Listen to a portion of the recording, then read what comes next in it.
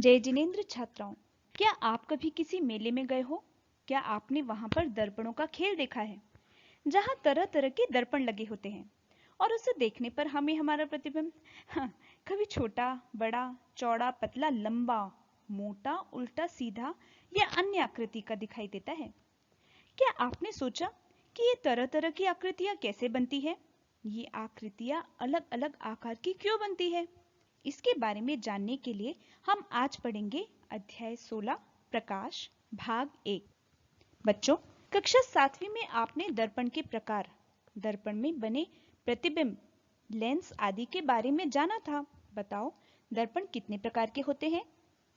ये 3 प्रकार के होते हैं। एक वह जिसमें आप अपने को रोज देखते हैं। एक वह जो आपकी गाड़ियों, कारों आदि में पार्श्व यानी गाड़ी के बाजू में लगाया जाता है। और एक वह है जो टॉर्च, कारों की हेडलाइट में लगाया जाता है। क्या तीनों दर्पणों की पहचान कर सकते हो? वह दर्पण जिसमें आप अपने को रोज देखते हो समतल दर्पण है, यानी प्लेन मिरर। जो दर्पण गाड़ियों में पार्श्व दर्पण यानी रेयर मिरर की तरह उपयोग में लिया जाता है, वह उत्तल दर्पण यानी कॉन्वेक्स मिरर है। और टॉर्च आदि में अवतल दर्पण यानी कॉन्केव मिरर लगाया जाता है। चलो, अब इनमें बने प्रतिबिंबों को याद करते हैं। प्रतिबिंब से क्या अर्थ है, क्या आप समझते हैं? प्रतिबिंब यानी कि इमेज, है ना? तो चलो जल्दी से एक कागज उठाओ, रजिस्टर का कोई बड़ा कागज, है ना, और उसे लेकर आप अपने घर में लगे दर्पण के पास जाओ और देखो कि आपका प्रतिबिंब कैसा है। अब अवलोकन करके आप इन प्रश्नों के उत्तर दो। आप दर्पण में सीधे दिख रहे हो या उल्टे? आप और दर्पण के बीच में जितनी दूरी है, क्या उतनी ही दूरी दर्पण और प्रतिबिंब के बीच में है? आप अगर अनुमान नहीं लगा पा रहे हो तो आप एक हाथ की दूरी पर खड़े हो जाओ और देखो कि क्या आपका प्रतिबिंब भी एक हाथ की दूरी पर है या नहीं। फिर आप अनुमान लगा पाओगे। तीसरा प्रश्न, प्रतिबिंब आपसे बड़ा है, छोटा है या आपके ही बराबर माप का है? अब आप अपने प्रतिबिंब को उस कागज पर लेने की कोशिश करो। ये आप कैसे करोगे? ऐसा करो कि दर्पण के पीछे जहां आपको प्रतिबिंब दिख रहा है वहां कागज को पकड़ो और देखो कि क्या आप इस प्रतिबिंब को कागज यानी पर्दे पर प्राप्त कर सकते हो। अंतिम प्रश्न, बताओ, दर्पण में आपको आपका दाहिना हाथ ऊपर उठाने पर किस ओर दिखा? दर्पण में आपका दाहिना हाथ उठा या बायां? आपने क्या पाया? आपने पाया होगा कि आपका प्रतिबिंब सीधा यानी इरेक्ट, समान दूरी यानी सेम डिस्टेंस पर, समान आमाप यानी सेम साइज का, जिसे आप पर्दे पर प्राप्त नहीं कर सकते। ऐसा प्रतिबिंब जिसे पर्दे पर प्राप्त नहीं किया जा सकता वह आभासी प्रतिबिंब यानी वर्चुअल इमेज कहलाता है, जिसका आभास बस होता है पर वह वास्तव में नहीं होता। और साथ ही दर्पण में आपका दाहिना हाथ आपको बायां दिखाई दिया होगा, है ना? इसे हम पार्श्व परिवर्तन यानी लैटरल इन्वर्जन कहते हैं, समझे? ये सभी समतल दर्पण में बने प्रतिबिंब के लक्षण हैं। उत्तल व अवतल दर्पण में बनने वाले प्रतिबिंब के बारे में हम फिर बात करेंगे। अच्छा, अब बताओ कि आप किसी भी वस्तु को कैसे देख पाते हो? आप कहोगे आंखों से। हाँ, ठीक। ऐसा करो, किसी अंधेरे कमरे में जाकर देखो, क्या हुआ? आंखों से दिख गया? चलो, अब बिजली जला लो, क्या हुआ? अर्थात हम किसी भी वस्तु को तब देख पाते हैं जब उस वस्तु से आने वाला प्रकाश हमारे नेत्रों में प्रवेश करता है। अर्थात वस्तुओं को देखने के लिए हमें किन दो चीजों की आवश्यकता होती है? नेत्र यानी आंखें और प्रकाश। बिल्कुल ठीक। पर जरा सोचो और बताओ कि क्या सभी वस्तुओं में स्वयं का प्रकाश होता है? कुछ वस्तुएं जैसे कि सूर्य, दीपक, विद्युत बल्ब, टॉर्च आदि ऐसी हैं जो प्रकाश उत्सर्जित यानी प्रकाश को एमिट करती हैं स्वयं से, यानी जिनमें स्वयं का प्रकाश होता है। अतः ये हमें अंधेरे कमरे में भी या अंधेरे में भी दिखाई देती हैं। पर ज्यादातर वस्तुएं ऐसी होती है, इनमें स्वयं का प्रकाश नहीं होता, इसलिए ये हमें अंधेरे में दिखाई नहीं देती। ऐसी वस्तुओं को देखने के लिए प्रकाश की आवश्यकता होती है। और बच्चों सुनो, ऐसी वस्तुएं जो दूसरी वस्तुओं के प्रकाश में चमकने लगती हैं।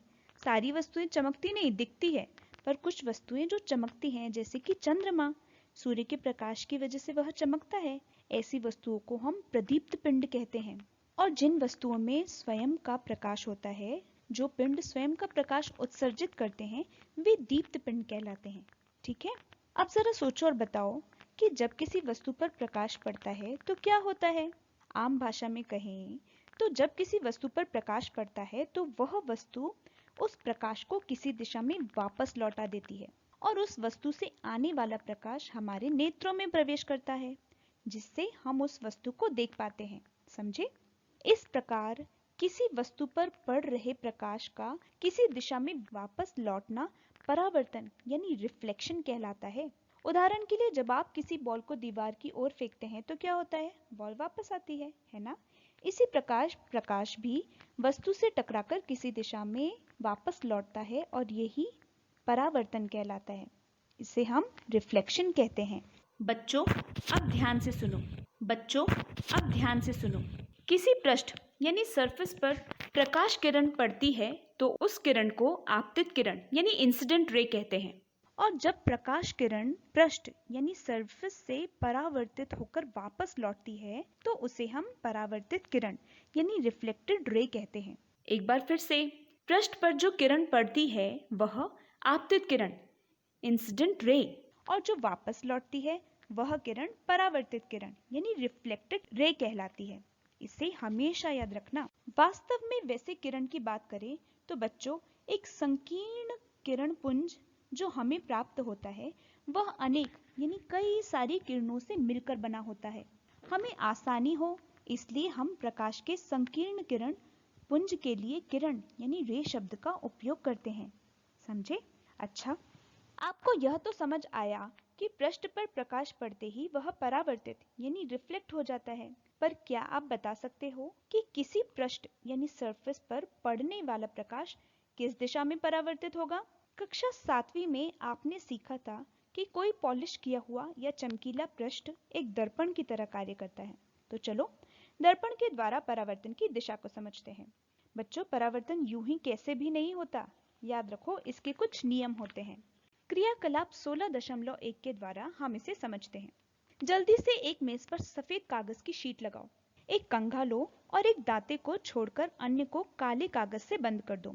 अब कंघी को कागज पर टॉर्च से खुले दांते पर प्रकाश डालो। प्रकाश डालते ही आपको सफेद कागज पर एक प्रकाश की किरण दिखाई देगी।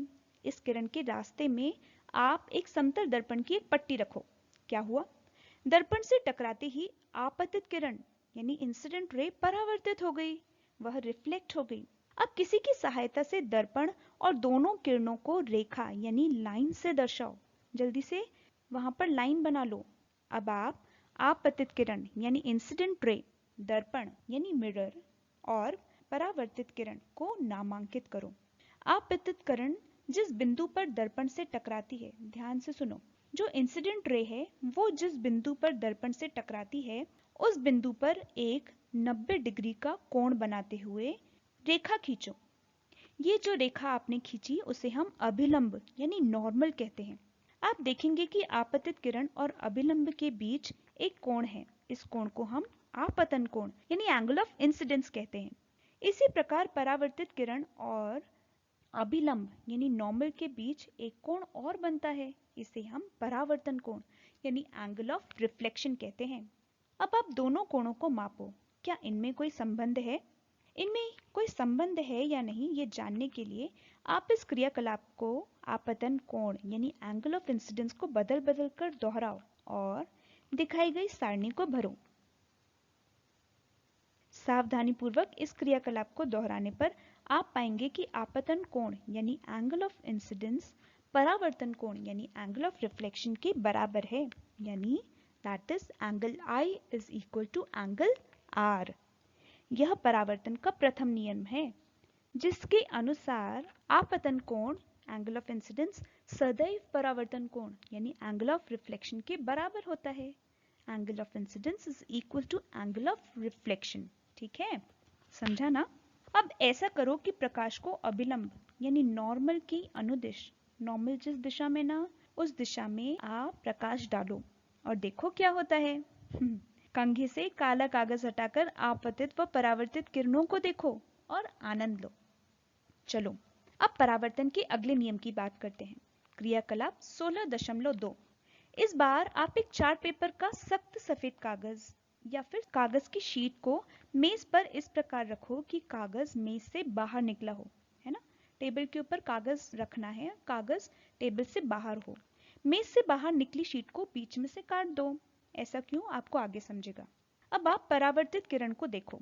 परावर्तित किरण उस शीट में दिखाई देना चाहिए जो मेज से बाहर की तरफ निकली हुई है। अब आप मेज से बाहर निकली हुई शीट को वहां से मोड़ दो।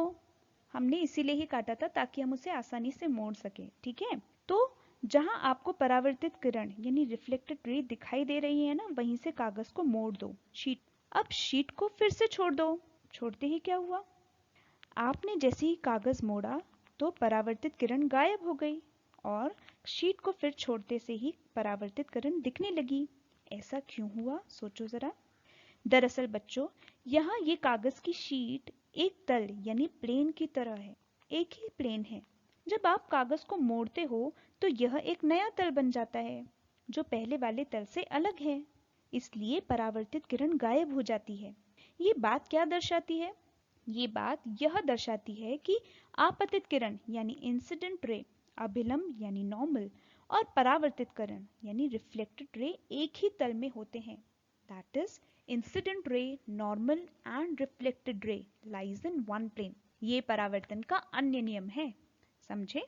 चलो बच्चों, अब सोचने की बात यह है कि इन नियमों का क्या महत्व है। पर ये बात मैं आपको नहीं बताऊंगी। आपको सोचना है, चिंतन करना है कि इन नियमों का क्या महत्व हो सकता है।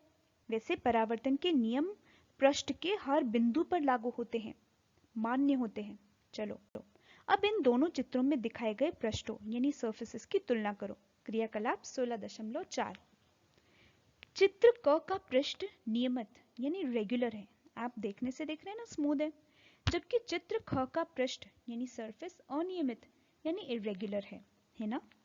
अब यदि इन दोनों पृष्ठों पर समानांतर किरणें यानी पैरेलल रेज आपतित होंगी तो क्या होगा। जैसा कि आप जानते हो कि परावर्तन का नियम पृष्ठ के हर बिंदु पर लागू होता है।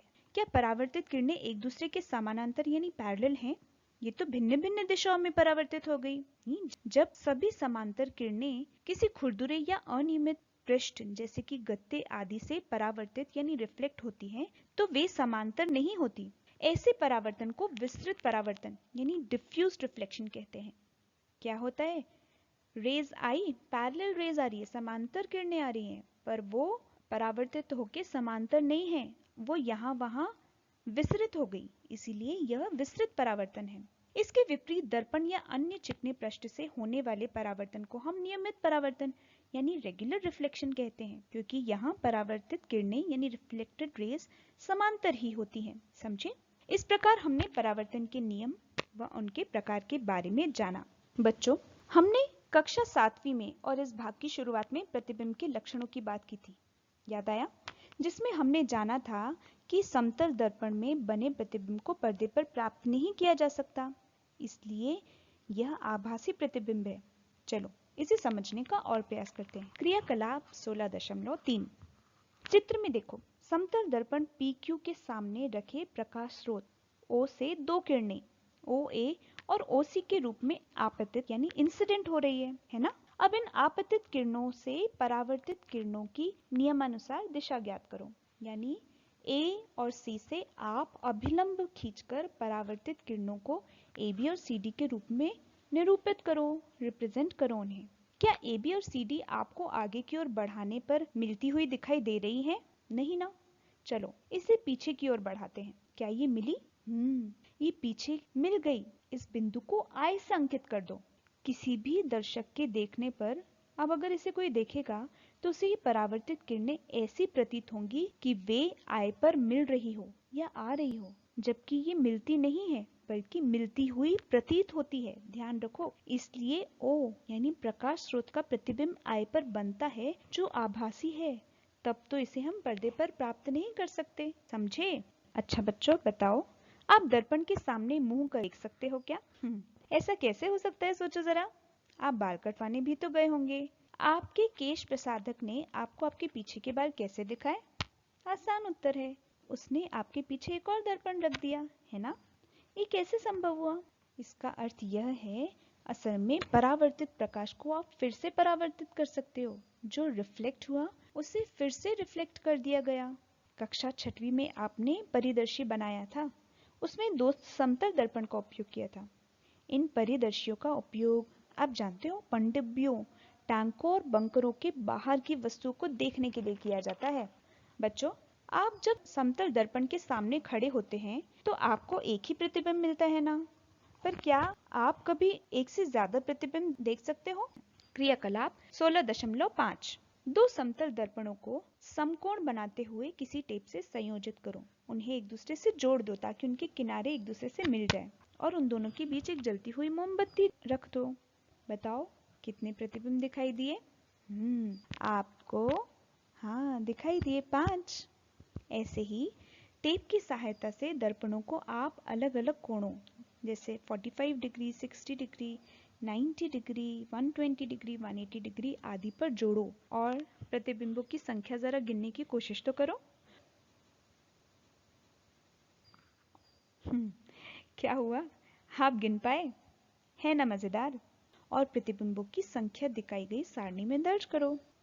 इस प्रतिबिंब की संख्या की संकल्पना का उपयोग कहाँ होता है? आप चर्चा करो। कैसे परावर्तित किरणें फिर परावर्तित होकर के प्रतिबिंबों को बनाती है। इसी धारणा पर आप बहुमूर्तिदर्शी यानी कैलाइडोस्कोप बना सकते हो। क्रियाकलाप 16.6 को आप ध्यानपूर्वक करो और इसका चलचित्र बनाकर हमें भेजो।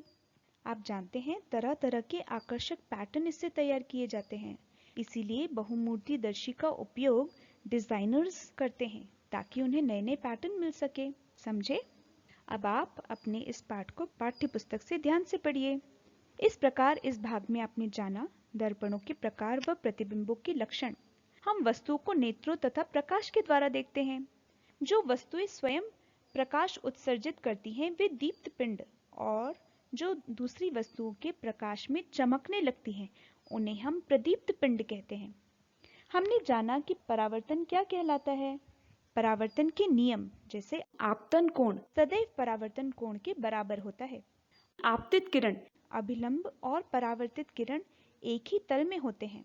इसके साथ हमने जाना कि नियमित पृष्ठ पर नियमित व अनियमित पृष्ठ पर विस्तृत परावर्तन होता है। समतल दर्पण में बने प्रतिबिंब को हम पर्दे पर प्राप्त नहीं कर सकते, इसलिए यह आभासी प्रतिबिंब है।